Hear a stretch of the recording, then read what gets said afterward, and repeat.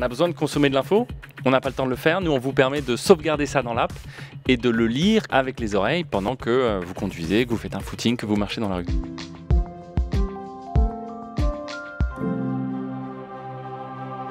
Les yeux rougissent, le pouce fait mal à force de scroller, le portable, la tablette, l'ordinateur, marre des écrans.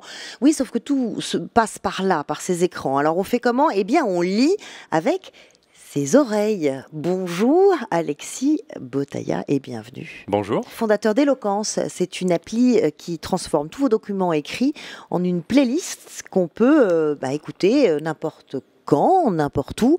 C'est bien pratique et j'ai envie de vous demander, en fait, c'est comme toutes les bonnes idées, en fait, c'est tellement simple. Ça vous est venu comment ?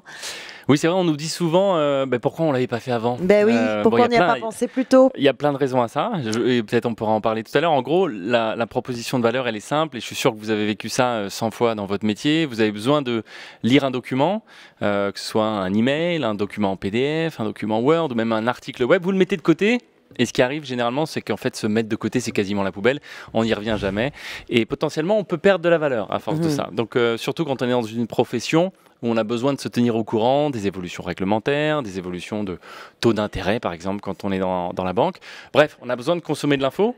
On n'a pas le temps de le faire. Nous, on vous permet de sauvegarder ça dans l'app et de le lire, comme vous l'avez dit, avec les oreilles pendant que vous conduisez, que vous faites un footing, que vous marchez dans la rue. C'est une autre façon d'apprendre, c'est une autre façon de s'informer. On va voir aussi ce que l'audio, ça change par rapport à la lecture. C'est évidemment des nouveautés qui ne pouvaient pas échapper à l'œil de Svenja Busson, notre spécialiste formation, apprentissage. Bonjour Svenja. Bonjour Charlotte. Ça va ? Très bien et toi ? Ouais. Nouvelle façon, donc je le disais, d'intégrer de l'information. Absolument, absolument. Et c'est assez magique. Quand je suis tombée sur Eloquence, j'ai été très, très intriguée.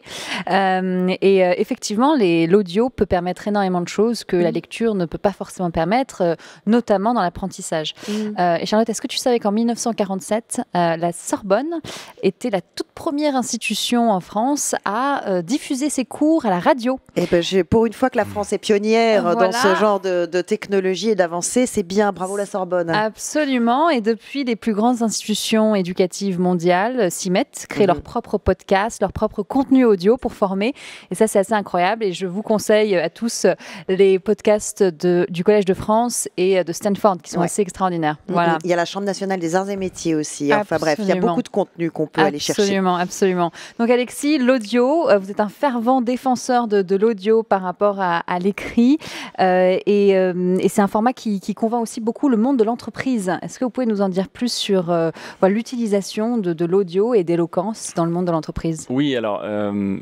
Comme on l'a dit tout à l'heure, Eloquence, c'est un outil d'apprentissage. C'est-à-dire potentiellement, si vous ne prenez pas connaissance de ce document qui a une information importante pour votre valeur professionnelle, pour préparer un rendez-vous, quand vous êtes dans la vente par exemple, et que vous passez votre temps dans la voiture, on n'a pas toujours le temps de préparer des rendez-vous aux clients.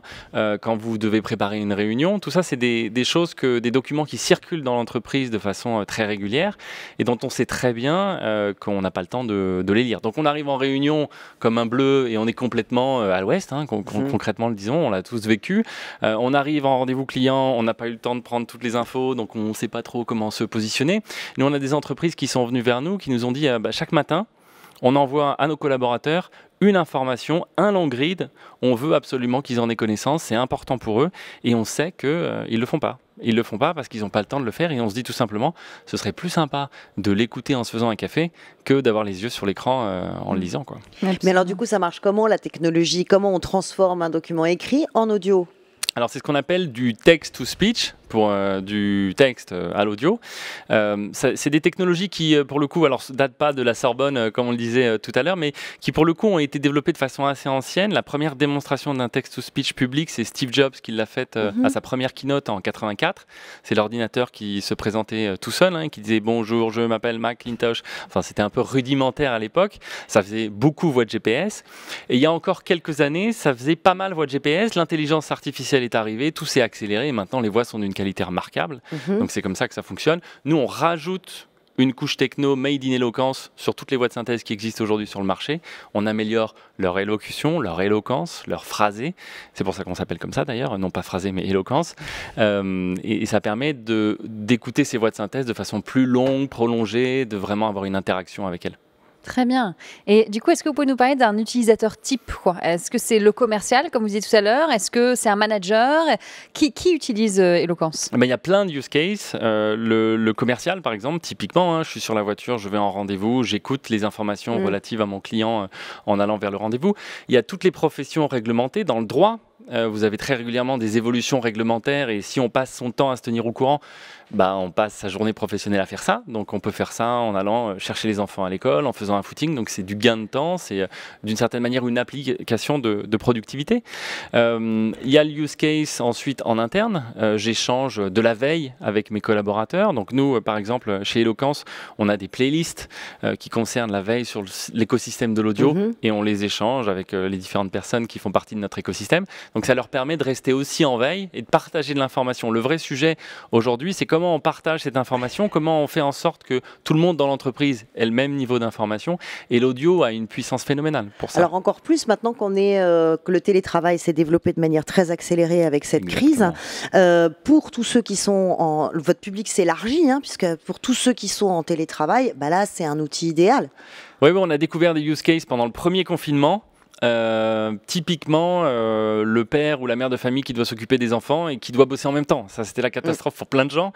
Mais quand vous lancez l'audio, vous pouvez écouter un document, faire la cuisine. Exactement, faire la cuisine en écoutant un compte rendu de réunion. Mais ça pose quand même la question de la déconnexion, tout ça. Parce que si on est constamment connecté et qu'on est connecté à l'entreprise, même quand on fait son repassage, voilà, ça pose quand même une question du droit à la déconnexion. Je dis pas qu'on peut pas déconnecter en faisant leur passage ou en faire un moment de méditation peut-être même, mais en l'occurrence, dans le premier confinement, puisque c'est ce dont on parle, quand on devait faire 50 choses à la fois, faire du multitasking, ça devient compliqué dans un contexte où il y a les enfants à côté qui vous réclament, qui doivent nourrir, etc. Donc ça, c'était le cas du premier confinement. On va dire sur ce qui vient aujourd'hui, c'est une manière aussi de vous donner une liberté d'organisation. On a des avocats qui sortent plutôt du travail et qui nous disent qu'ils étaient fous de la solution, parce qu'ils sortent plutôt du boulot, ils montent dans leur voiture et ils écoutent les documents qu'ils n'ont pas eu le temps de lire au bureau. Donc ça vous permet de sortir plus tôt, d'aller chercher les enfants. Donc c'est pas que on bosse tout le temps, c'est surtout on s'organise différemment et on reprend le contrôle de son temps. Absolument, c'est hyper intéressant.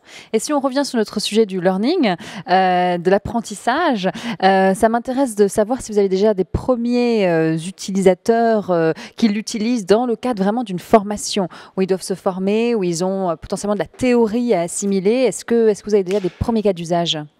Beaucoup, et c'est d'ailleurs la plupart de nos utilisateurs. On a fait un certain nombre d'interviews, quelques centaines d'interviews avec nos utilisateurs, on sait comment ils l'utilisent, et beaucoup nous ont reporté des cas de formation, de transition professionnelle.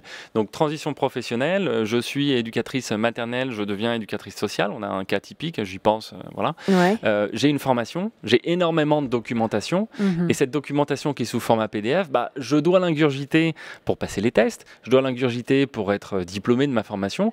Comment je le fais de façon plus mobile, plus intelligente, plus souple? C'est vraiment là que Eloquence donne de la valeur forte là-dessus. Mais juste un mot sur l'avantage de l'audio par rapport à l'écrit. Vous avez lu des études sur le fait que cognitivement, c'est pas plus intéressant, mais c'est complémentaire, c'est une autre façon de... C'est assez débattu. Vous savez, traditionnellement, on a coutume de dire qu'il y a 30% de la population qui est plutôt profil auditif et le reste qui va être entre les deux ou plutôt visuel. Plutôt visuel étant 50%, les autres étant 20% entre les deux. Bon, c'est assez débattu en ce moment. Quoi qu'il en soit, on sait que écouter, en faisant autre chose notamment, c'est une bonne manière d'apprendre. Et on sait que certains utilisateurs utilisent Eloquence pour répéter un courrier, ou pour répéter un discours, ou pour écouter un texte qu'ils ont écrit pour savoir si ça sonne bien. Et ils le font en marchant. Pour le mémoriser, ça marche très très bien. Pour la répétition, c'est un excellent outil, vraiment, je suis d'accord. En revanche, c'est un neuromythe de dire qu'on est visuel, auditif, ou que, voilà, aujourd'hui on sait, et on a vraiment des centaines d'études en neurosciences qui nous montrent que c'est des mythes, en fait, de se dire, bon, moi je regarde quelque chose, je l'apprends, et donc faut faire assez attention à ça. Et il y a un autre modèle dans l'apprentissage qui est très important, c'est le modèle 70-20-10, je ne sais pas si vous le connaissez, c'est de se dire, pour bien assimiler en fait un apprentissage, l'apprentissage, 70% de ce qu'on assimile, il faut qu'on le touche, il faut que ce soit en fait expérientiel pour l'apprenant. Donc il faut qu'il y ait de l'action, il faut que ce soit un apprentissage par le faire. Le 20%, c'est plus apprentissage social, donc comment en fait on fait pour échanger entre pairs, pour apprendre entre pairs aussi potentiellement. Et les 10% restants, c'est vraiment de la théorie, de la répétition, etc. etc. Donc c'est intéressant de garder ce modèle en tête parce qu'il nous montre que voilà, l'apprentissage, c'est pas juste lire. De la théorie. Voilà, c'est pas de la théorie, c'est pas juste ça, mais il faut combiner en fait ces différentes aspects, options pour apprendre efficacement. Et j'imagine que du coup, pour la théorie, pour la répétition, l'audio est très efficace. Mais même pour le faire, en fait, quand vous êtes, comme on le disait tout à l'heure, une profession réglementée, votre boulot, le faire dans votre métier d'avocat ou de responsable financier, c'est manipuler des chiffres toute la journée. C'est manipuler du droit et des normes et des articles. Donc le faire, il est vivre dans les textes d'une certaine manière quand vous êtes avocat. Donc le faire, il est là. Et puis effectivement, après, il y a tout l'accès à la connaissance qu'on vous donne de façon audio, de façon beaucoup plus rapide et efficiente, quoi. Absolument, ouais. Il y a des matières d'ailleurs, enfin des secteurs, des matières, des univers qui se prêtent plus à votre application. Dites là vraiment ça fonctionne, et puis d'autres où bon. Il y a les use cases qu'on a, les cas d'usage qu'on a évoqués tout à l'heure, hein, le commercial, profession réglementée, etc. Après, nous, on a eu énormément de surprises. On a des étudiants qui l'utilisent pour faire leur révision. Donc la révision, ça dit bien ce que ça veut dire, hein, c'est la mémorisation. Bien sûr. Et qui ont aussi, d'une certaine manière, l'obligation de prendre connaissance d'un certain nombre de documents dans un format très court. Je passe un examen, je vais faire une formation. Donc ça concerne aussi le learning quand on est adulte. Et ça, c'est des cas d'usage très spécifique. Et par contre, on n'a pas de secteur en particulier pour le moment. D'accord, ok. Et votre vision pour démocratiser l'audio en entreprise, voilà, comment vous aimeriez vous y prendre pour que ça se démocratise ? Nous, ce qu'on va proposer très prochainement, c'est la fonction sociale de Eloquence. C'est comment demain, je peux créer une playlist de contenu que je nourris. Par exemple, Alexis, je crée cette playlist, je la partage avec toutes les deux sur l'audio. Vous avez automatiquement accès à ma playlist, comme sur une playlist de musique classique, et chaque fois que je rajoute quelque chose, vous y avez accès et vous pouvez directement l'écouter. Vous pouvez également ajouter des choses, des composants de notes, de commentaires. Et ça, c'est important dans une entreprise quand on travaille en équipe, de pouvoir échanger avec son équipe l'information, la connaissance. Ouais, et pour la collaboration, c'est hyper important de ne pas rester juste dans son coin, mais vraiment d'avoir un partage. J'avais aussi une question sur la vision que vous avez pour la formation. Est-ce que vous allez créer une nouvelle version ou est-ce que vous allez garder cette première version qui est d'exprimante en fait, de faire lire un contenu écrit? Alors là, on travaille sur ce qu'on appelle des intégrations. Je pense que ça répond à votre question. Le cas d'usage, il est simple. Je travaille sur Slack, sur Teams ou sur d'autres plateformes. Alors je ne sais pas s'il faut citer des marques, mais en tout cas des plateformes d'échange de contenu. Et au moment où je reçois le contenu, c'est le moment où j'ai besoin de l'écouter, ou potentiellement j'ai besoin aussi de me dire je vais l'écouter plus tard, donc je vais le sauvegarder sur Eloquence. Donc ce sur quoi on travaille beaucoup en ce moment, c'est les intégrations dans les outils professionnels. C'est toutes les suites qui existent, logiciels qui sont développés par des grands de l'industrie américaine sur ces sujets-là. Il y a évidemment les Slack et tous les autres sur ces sujets. Je reçois quelque chose, boum, j'ai une intégration, je l'envoie directement dans Eloquence pour que ça s'intègre dans ces outils du futur du travail. Pour nous, c'est vraiment très important. Là, vous parlez d'Eloquence, qui est votre dernier bébé, si je peux le dire comme ça.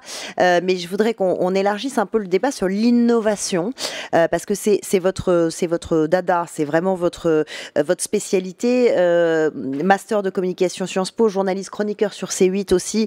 Vous avez écrit 2 livres, 2 heures pour booster ma créativité et les 100 innovations qui vont changer le monde. Où est-ce que ça s'apprend, l'innovation, et est-ce qu'il y a cette place aujourd'hui dans le système éducatif tel qu'il existe jusqu'aux études supérieures en France pour l'innovation ?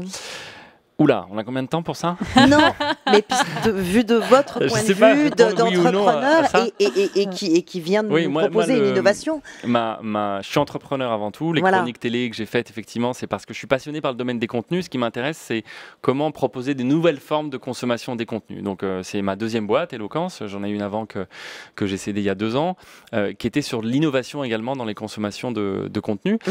Comment on apprend l'innovation? Je dirais que c'est une posture qu'on développe au quotidien. C'est aussi s'autoriser. En France, on n'est pas les meilleurs pour s'autoriser à faire quelque chose quand on n'est pas expert du sujet. On a tendance à vouloir développer une expertise super forte et puis une fois qu'elle est bétonnée, on va commencer à faire quelque chose, mais généralement c'est trop tard parce qu'il y en a d'autres qui l'ont fait avant. Enfin, voilà, je pense que les Américains ont beaucoup de choses à nous apprendre sur la dimension on se lance et on apprend en faisant. Et l'innovation, j'ai tendance à penser que c'est beaucoup ça. Et dans le monde des startups, c'est omniprésent. Nous, Eloquence ne sera pas demain ce qu'il est aujourd'hui et il est déjà plus ce qu'il était il y a déjà un an. Learning by doing. Exactement, et c'est un état d'esprit surtout, oui, bien sûr. Et ça se travaille, c'est une posture. Enfin voilà, il y a plein de choses à faire autour de ça. C'est difficile de les lister en 5 minutes. Absolument. Merci beaucoup à tous les deux. Longue vie à votre merci Charlotte. Eloquence. Et puis on l'a dit, ça va peut-être s'élargir puisque vous dites que ce qui vous intéresse finalement, c'est la transmission du contenu et on peut les multiplier à l'infini. C'est ça qui est beau avec ces nouvelles technologies et ça peut être complémentaire au lieu d'être opposé. Merci beaucoup Svenja. Merci à tous les deux. Merci. Oui, ça continue maintenant et tout le temps. C'est quand vous voulez. Abonnez-vous à Way sur la chaîne YouTube de Salesforce. Vous y retrouverez nos invités, nos chroniqueurs. Activez la petite cloche. Dites-nous ce que vous en pensez. Nous lisons vos messages. Nous les prenons en compte. Rejoignez-nous sur Way.